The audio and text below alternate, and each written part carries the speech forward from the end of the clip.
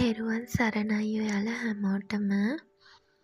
ජීවිතේට ඉලක්කයක් අවශ්‍යමයි. මනුෂ්‍යයෙක් දියුණු වෙන්නේ ඉලක්කයක් නිසාමයි. ඒ නිසා අපි හිතේ යහපත් වූ ඉලක්ක රැස් කරගමු. අපි සිහින මැව්වා කියලා, ආයාචනා කළා කියලා අදෘශ්‍යමාන බලවේග අපව අපේ දියුණුවට අරගෙන යන්නේ නෑ. ප්‍රාර්ථනා කරපු සැනින් අපිව ජීවිතයේ දියුණුව කරා රැගෙන යන්නෙත් නෑ. අප මහා බුදුරජාණන් වහන්සේ දේශනා කළ ආකාරය මා ඇසූ ධර්ම දේශනාවකදී මෙසේ පැහැදිලි කළා. ජීවිතයේ කුසලතා 4ක් තිබිය යුතුයි. පළමු දේ තමයි ඡන්දය. කැමැත්ත. ජීවිතය දියුණු කිරීමට කැමැත්ත හැමෝගම සිත් තුළ තිබිය යුතුයි. එය ප්‍රාර්ථනාවක් නොවේ, සිහිනයක් නොවේ. ඒ අප තුළම ඇති කැමැත්ත.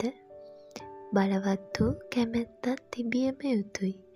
ජීවිතය දියුණු කර ගැනීමට බොහෝ උපකාර වන්නේද මෙයයි. දෙවැනි කුසලතාවය නම් චිත්ත. අධිෂ්ඨානය.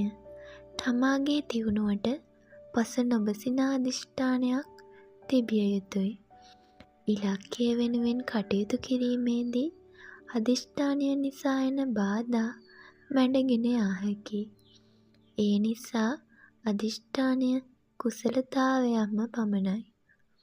පැතුමක් නොවේ.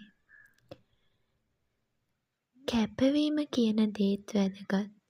කැපවීම කියලා කියන්නේ තමන් ජීවිතේ කුමන හෝ ඉලක්කයට යාමේදී ඒ ඉලක්කයට බාධා වන කාරණා අතහැර ඒ ඉලක්කයට උදව් කරන කාරණා හා දියුණුවටත් කැප වෙන්න ඕනි.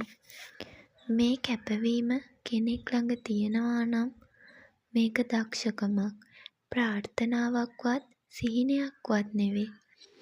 මේ කැපවීමම පමණයි. දියුණුව උදෙසා අවශ්‍ය කාරණා සඳහා කැපවීමෙන් වැඩ කළ යුතුයි. 4 වන කාරණාව විමසා බලා කටයුතු කිරීම. ඉලක්කයට යාමේදී නුවණින් විමසා කටයුතු කරන්න ඕනේ. මගේ ජීවිතේ තියෙන දුර්වල දේ හඳුනා ගන්න ඕනේ. හැලහැප්පීම්, කඩාවැටීම් එන විට හොඳින් නුවණින් විමසා කටයුතු කරන්න ඕනේ. තමන් ජීවිතයේ දියුණු කර ගැනීමට තමන් මොන ඇසුරක්ද ලබාගත යුත්තේ, වැඩ කළ යුත්තේ කෙසේද කියා නුවණින් විමසා බලා කටයුතු කළ යුතුයි. ඒ නිසා දියුණුව කියන එක ප්‍රාර්ථනාවක්වත් අමුතු ආකර්ෂණ නීතියක්වත් නෙවෙයි. අපි දියුණුව උදෙසා කටයුතු කරන ආකාරය මතයි දියුණුව සැලසෙන්නේ.